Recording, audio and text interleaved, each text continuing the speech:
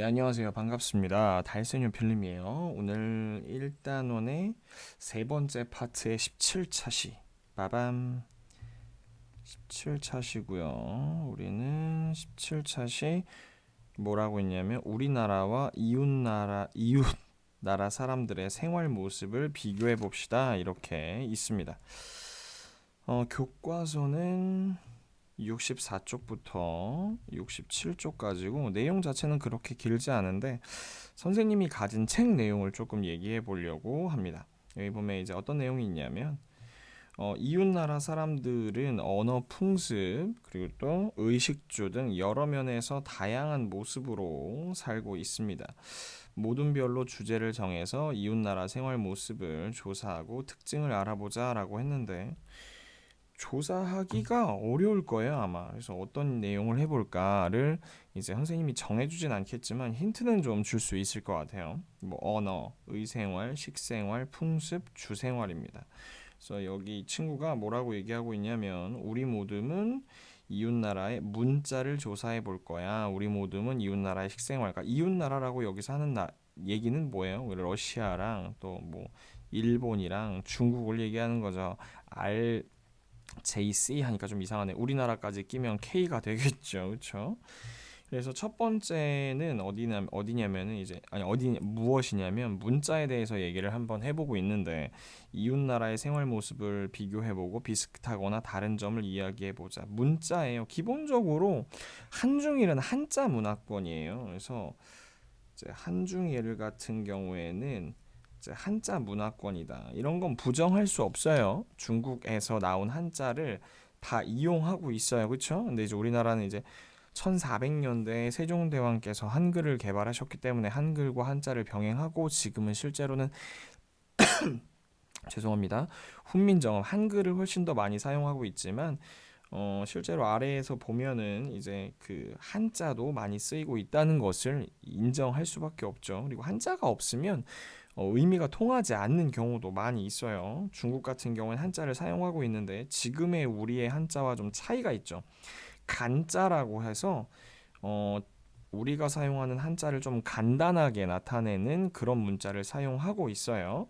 그리고 그러니까 대표적으로 이런 차이가 있다고 선생님도 중국어를 잘 모르는데 여러분 아는 친구들 알겠지, 그치? 이 글자가 배울학자잖아요. 근데 배울학자가 뭐 간자로 쓰면 이렇게 된다고 해요. 그래서 똑같은 한자지만 좀 약간 다르다 이런 얘기를 할 수 있고 일본어도 마찬가지로 한자를 사용합니다.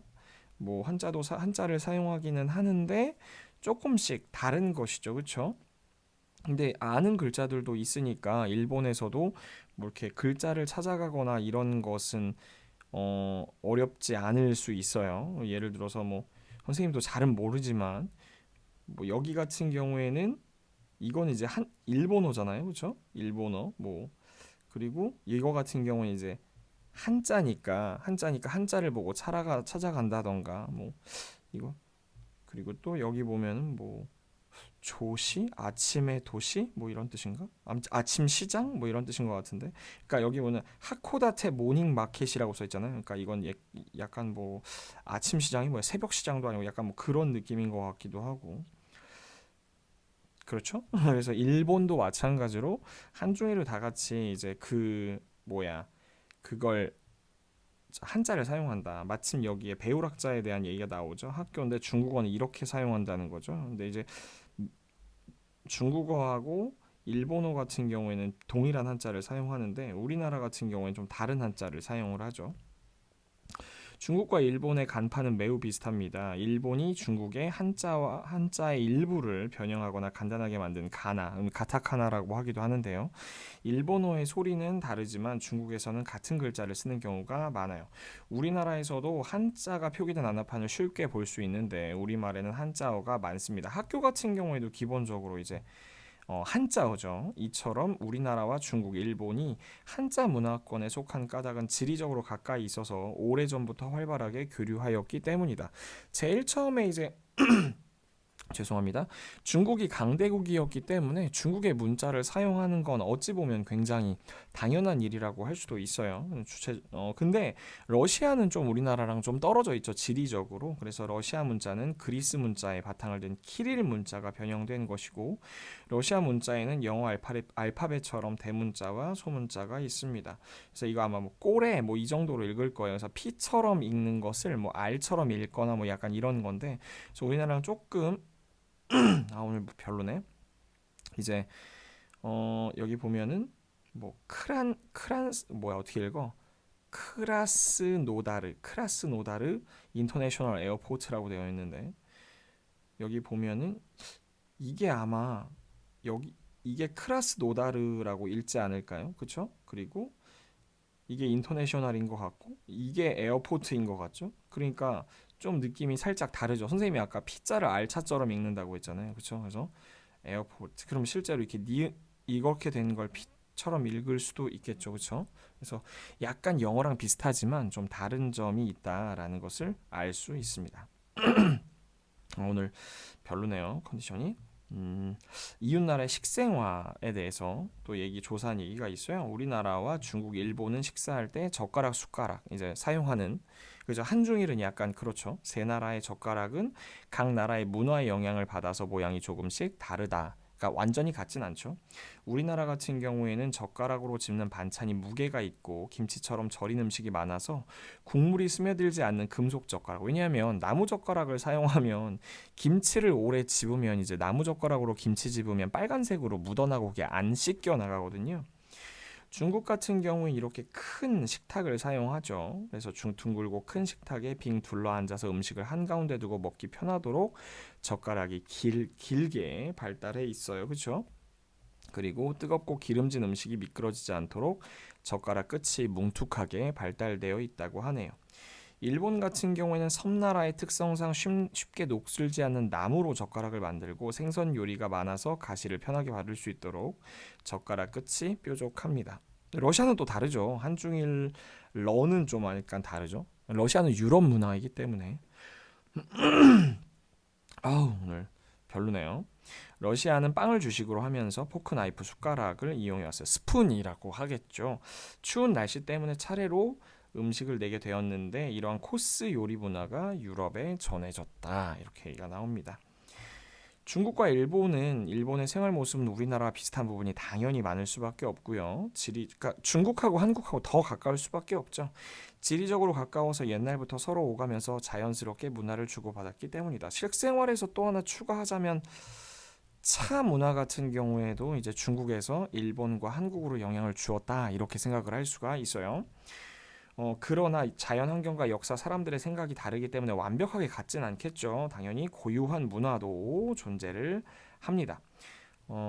러시아의 영토의 대부분이 아시아에 속하지만 대부분의 사람들이 유럽에 가까운 서부 지역. 선생님이 뭐라고 얘기했냐면 이제 러시아의 영토가 있으면 여기 가운데 뭐가 있어요? 우랄 산맥이 있다고 했죠. 그래서 우랄 산맥의 이쪽, 그러니까 서쪽에 사람들이 많이 분포하고 러시아나 상트페테르부르크 같이 큰 도시도 다 러시아의 서부에 위치하기 때문에 좀 little different, 다르다 이거죠. 그래서 언어나 음식 문화, 생활 모습은 유럽하고 오히려 더 비슷하죠.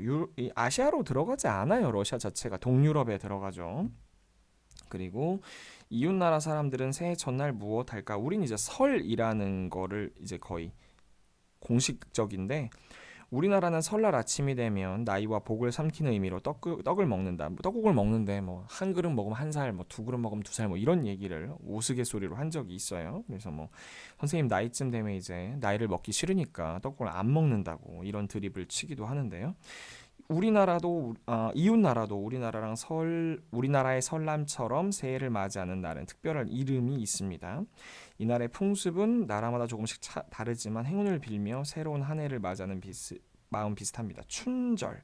그 복이라는 글자를 지금 거꾸로 놔뒀죠. 선생님 그 전에 가르치던 친구가 이제 그 외가 쪽이 중국인 분이신데, 그래서 이런 글자를 실제로 많이 보았다고 해요. 할머니 댁에서.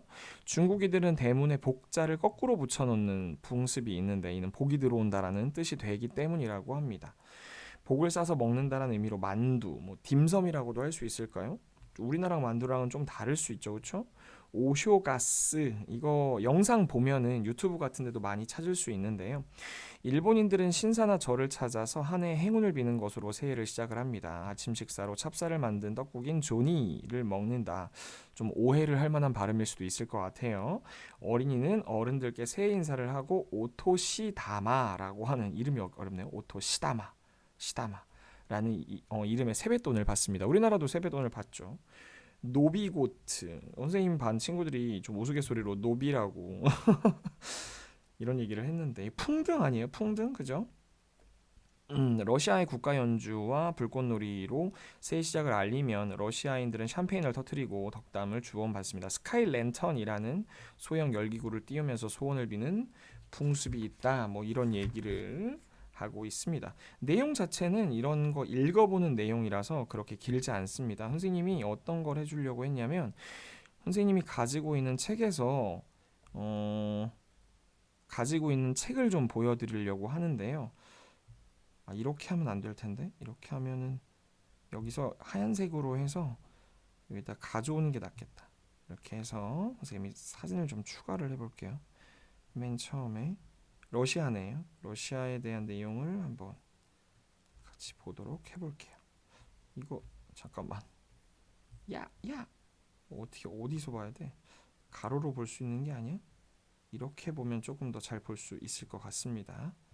그래서 왼쪽부터 보면은 러시아고 이 키릴 문자로 된 러시아예요. 선생님이 아까 말했죠. 이거 P자가 약간 R자처럼 생겼다. 러시아라고 읽고요. 그리고 수도는 모스크바, 언어는 러시아어와 그리고 여러 지역. 왜냐면 워낙 영토가 크다 보니까 인구는 1억 2천만 명 정도 되고 면적은 1위고 여기 나오는 건 약간 전형적인 그 철이와 영수 같은 그런 이름이에요. 그리고 이제 위치를 좀 보면은 이제 우리나라 이제 그 블라디보스토크 아래는 대한민국이 있고요. 그죠? 대한민국 있고 그 아래는 이제 중국이나 몽골 같은 영토를 가지고 있어요. 여긴 일본이고요. 그리고 여기 보면 이제 우랄산맥이라고 써 있죠. 우랄산맥으로 기점으로 해서 이제 동쪽은 아시아, 동쪽은 아시아, 서쪽은 유럽 이렇게 얘기를 하고요. 큰 도시를 좀 꼽아 보자면 이제 모스크바하고 상트페테르부르크 정도를 고를 수가 있어요. 어, 그 다음 거 여러 개를 읽어보죠. 여기 보면 에르미타지 박물관 있고요. 뭐 건물들이 일단은 너무 분위기가 정말 달라요. 그 아시아 국가랑은 좀 다르죠. 그래서 여기 보면은 뭐 성 바실리 성당 모습이 다르죠. 그리고 뭐 모스크, 카잔 크레물린 이 성당들이 되게 많은데 성당들이 느낌이 좀 다르고 네네츠족의 전통 천막 여기는 한대기우인데 이제 한대기우 같은 경우에는 술록 가죽으로 천막을 아니 저희 집을 만들고요. 그리고 이런 데 보면 왠지 느낌에 뭐 석유 같은 거 나올 것 같기도 하죠. 역시 그 러시아 불곰국이라고 하죠. 큰 곰 그리고 발레 유명하죠. 차이코프스키 여러분 알죠? 차이코프스키. 그래서 호두까기 인형, 뭐 백조의 오수 이런 거 만들었다. 그리고 멘델레예프 드미 화학자, 유명 화학자고 그다음에 뭐 쇠빙선, 북극곰, 북극여우, 뭐 시베리안 허스키 뭐 이런 것들. 영하 70도의 혹한 추위 뭐 이런 거 나오고 있어요. 시베리아 횡단 열차는 여기 저기 블라디보스톡부터 시작해가지고 이제 그 모스크바까지 갔는데 이게 선생님은 이거 상트페테르부르크까지 간다는 얘기를 들은 적이 있는데 이렇게 해서 일주일 코스라고 얘기를 하더라고요. 여기 보면 이제 음식들이 나오네요. 쿨레 비아카 해서 고기와 쌀, 야채를 넣고 커다란 만두다 써 있고요. 뭐 이름도 어렵죠. 베프 스트로가노프, 뭐 쇠고기 안심 이런 캐비어는 되게 고급 음식인데 캐비어 여러분 아시죠? 철갑상어의 알인데 굉장히 비쌉니다. 금값이에요, 금값. 그리고 뭐 팬케이크 유명하다고 하고 우샨카 우리 교과서에 나오죠. 털모자. 그리고 뭐 유럽 햄스터. 러시아 가정에서 물을 끓일 때 쓰이는 주전자가 나오고 마트로시카 이 장난감 인형 유명하죠. 그렇죠? 또 뭐 뭘 볼 수 있을까요? 뭐 시베리아 호랑이 있고 전통 의상 뭐 이렇게 생겼고 최초의 우주인은 유리 가가린이라고 하고 스푸트니크 1호 이거 러시아가 먼저 쏘아 올렸어요. 그래서 미국이 엄청 충격을 받았고, 푸시킨 유명한 시인이고요. 고골이란 작가도 있습니다. 칸딘스키 화가. 여러분들이 천천히 보시면 뭐 선생님이 읽지 않은 내용에서도 여러분들이 중요한 내용을 체크해서 가실 수 있을 것 같아요. 그리고 그 다음에 넌 지워도 될 것 같은데? 그죠? 너는 이제 아예 여기서 하지 말고 하나 추가를 하자. 가로를 열까? 가로를 열고 두 번째 이제 여기는 중국입니다. 중국은 당연히 뭐 많겠죠. 쭉 크게 해서 좀 보죠. 크게 해서 보면은 얘도 좀 많이 줄여서 보면은 중국 같은 경우에는 뭐 수도는 베이징이고 이 아래 더 정보가 있으나 좀 잘렸네요. 중국어, 광둥어, 상하이 뭐 여러 가지 언어가 있는데 위에서부터 하나씩 보면 고기나 새우가 들어간 만두가 완탕이래요. 마파두부. 그래도 러시아보다는 그래도 좀 익숙하죠. 스촨성 들어봤는데 웍 우리 집에도 있는데 그쵸? 웍은 그거예요. 조리기구. 누에 이거 그쵸 실 뽑죠. 실크 만드는 거고 중국의 면 요리, 딤섬, 취두부 냄새가 장난 아니라고 하던데 침술 우리나라도 뭐 침 많이 하죠. 피단 이거 본 거 같은데 계란을 막 새까맣게 만들어가지고 두부 고기 요리 차 문화 중국에서 빼놓을 수가 없죠. 이게 지금 영국으로 넘어가서 잉글리시 브렉퍼스트가 되었는데 태극권 쿵우 탁구를 이길 수 없어요 중국을. 티벳 늑대 티벳 극가면 이거 이런 거는 약간 티벳 쪽 문화가 아닐까 생각을 합니다. 그 중국의 지도를 보면은 이쪽은 이제 에베레스트 산이 있는 티벳 높은 지도예요. 높은 지대고요. 그리고 주로 인구가 많이 사는 곳은 이쪽 동부 지역입니다. 여기 우리나라가 있죠. 그리고 위에는 몽골 지역이 있고 좀 보면 이제 경극 알죠? 경극 변검이라 그래서 뭐 이렇게 얼굴 싹싹 바꾸는 그런 거 유명하기도 하고요. 불꽃놀이, 연, 도자기. 이거 중국인들이 처음 발명한 거래요. 원래 중국 도자기가 되게 유명했어요. 그래서 도자기를 영어로 차이나라고 하거든요. 화약, 이거 최무선이 몰래 가져온 거잖아요. 그죠? 우리나라로. 티벳 고양이, 뭐 팬더, 쿵푸 팬더란 영화도 있죠. 그리고 우한, 이번에 코로나의 발상제 아닌가요? 징시황릉의 병마용, 상하이 되게 유명하죠. 선생님이 한번 얘기했었던 것 같은데 중국의 만리장성, 자금성 지금 수도죠 베이징. 그리고 뭐 하얼빈 여러분 아시죠? 하얼빈에서 안중근 의사가 이토 히로부미 저격하지 않았나? 그래서 중국의 전형적인 아이인가봐요. 리 웨이 뭐 중국 거위 원앙 인삼도 중국에서 유명한가봐요. 그리고 뭐 유명한 홍콩 광저우 이렇게 큰 도시들이 있고요. 계단신돈 모내기 칭따오 맥주가 유명한데 반달 가슴곰 뭐 중국의 용 태극도 유명하죠. 자 이런 것들에서 여러분들이 조금 이제 조사할 자료를 좀 찾아보시는 방법도 있을 것 같아요. 자 일단 그 다음에는 이제 재팬. 근데 지금 여기가 이렇게 봐야 맞겠죠? 일본을 좀 크게 보도록 하겠습니다. 이게 좀 이렇게 해서 잘렸을 수도 있겠다. 아까 중국도 이렇게 보도록 하죠. 자 일본 같은 경우에는 당연히 수도는 도쿄고 일본어 인구가 거의 러시아에 필적할 정도예요. 면적도 넓어요. 굉장히 교복을 입은 우리 그 세라복이라고 흔히 하는데 그죠?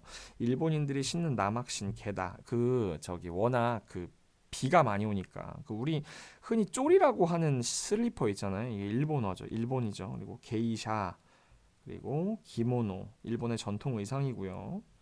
그다음에 미사키와 아키라 전형적인 일본의 아이인가봐요. 샤미셴 일본의 현악기.